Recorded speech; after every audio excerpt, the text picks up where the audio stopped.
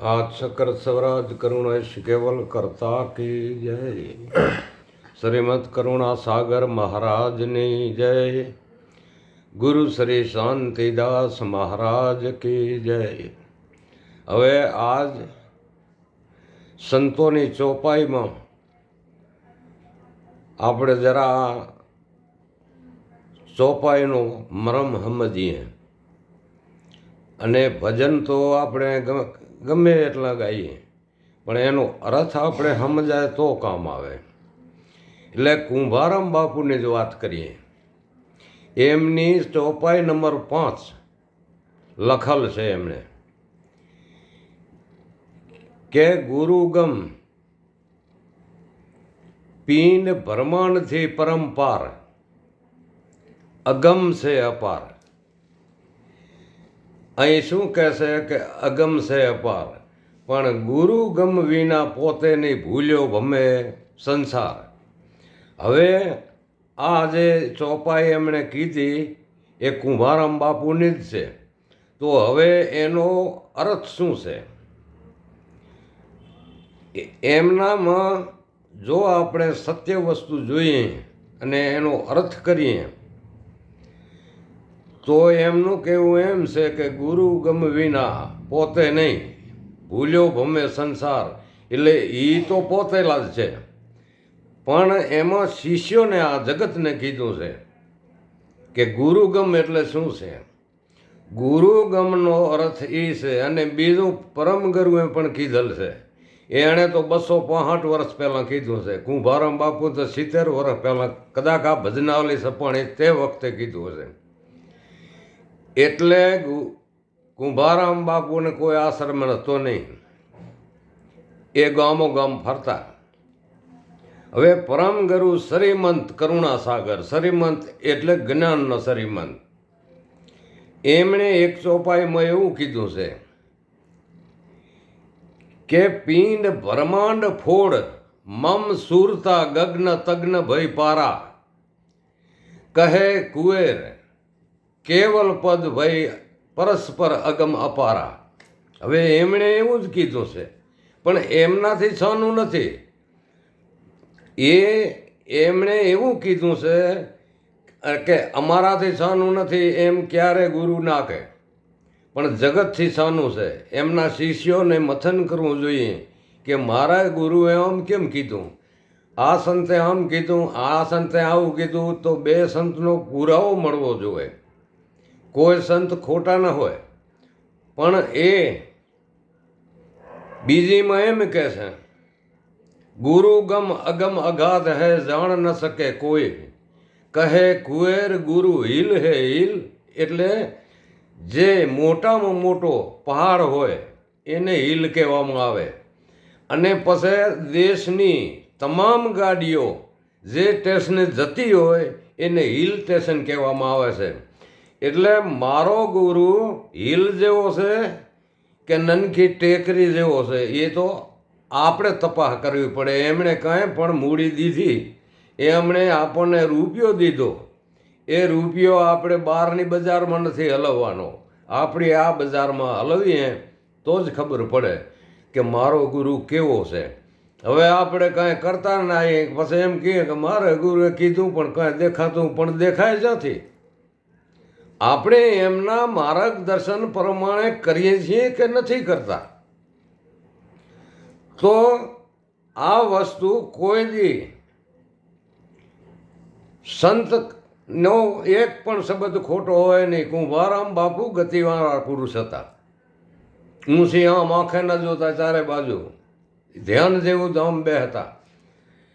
અને શાંતિદાસ બાપુએ પણ કીધું છે આ જગતમાં કેવા કેવા આશ્રમ હોય છે, કેવા કેવા સાધુ હોય છે. એમણે કીધેલ છે કે દુનિયા ઝૂકતી है પણ એને ઝુકાને વાલા चाहिए. દુનિયા ઝૂકે છે પણ એનો એવો કારીગર હોવો જોઈએ. પછી એ હમણાં અત્યારે આ અમદાવાદમાં કહું ભાંડ પકડાણું અને એના છેડા છેડ સુરત સુધી નકલી નોટું છપાઈ રહ્યું. હવે આશ્રમ ખોલીને બેઠો. હવે એ બાવો એ સાધુ કેવો અત્યારે જૂઠે જગત ભરમાય સાચાને નહીં સન્માન. શાંતિ દુનિયા આ દંભીને ભાઈ ક્યાંથી મળે ભગવાન? હવે એવાને ભગવાન મળે કે એમના આશ્રમ રાતના જ ખોલે અને અંદર સ્ત્રીઓ જ જાતી હોય?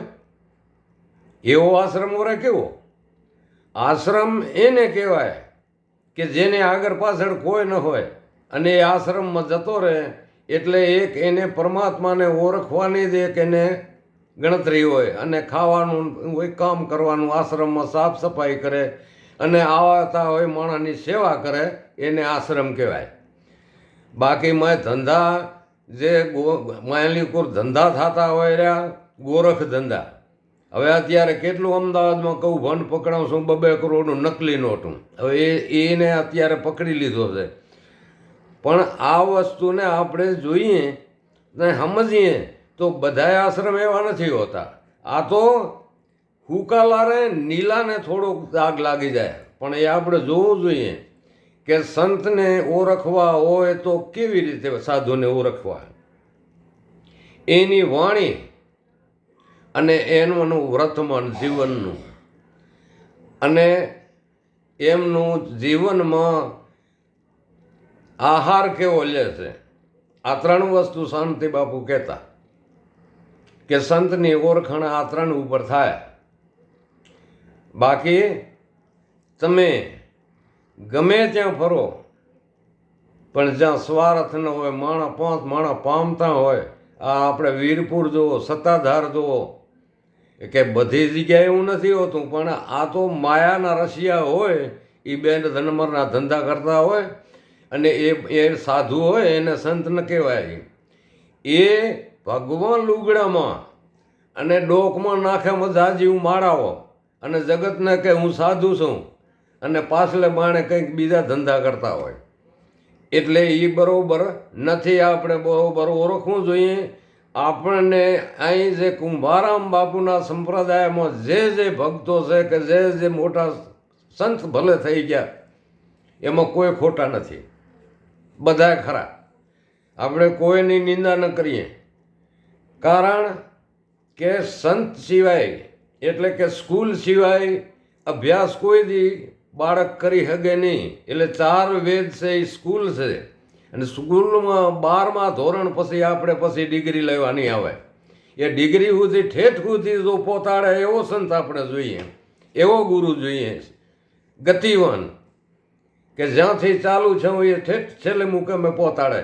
પણ પહોંચવું એ વતાડે ખરો, પણ આપણું મન પછી 19-20માં રહેતું હોય તો એમાં બિચારા સાધુ સંત શું કરે?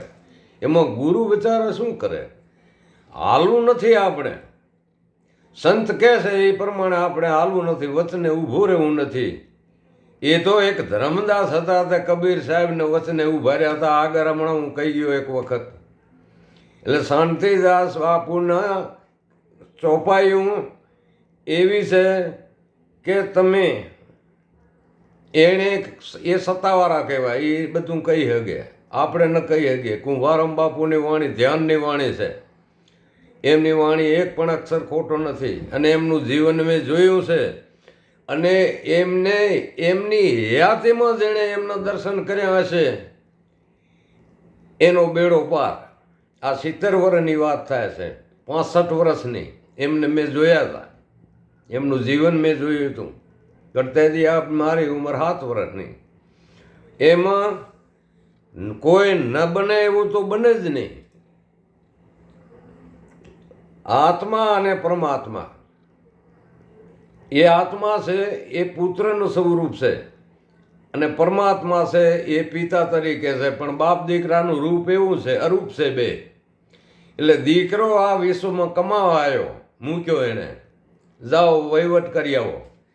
પણ વહીવટ કેવો કર્યો અહીંયા આવી અને વરીને પાછા જવું હોય તો હું ન પહોંચાય. એને જેને ગુરુ મળ્યા હોય તો એને બધું માર્ગદર્શન દીધું હોય તો એ આવ્યો એ જગ્યાએ એ હેમખેમ જઈ શકે. વરીને એને આવવાનું કે જવાનું રહે નહીં. હવે એમાં એક પરમ ગુરુએ કીધેલું છે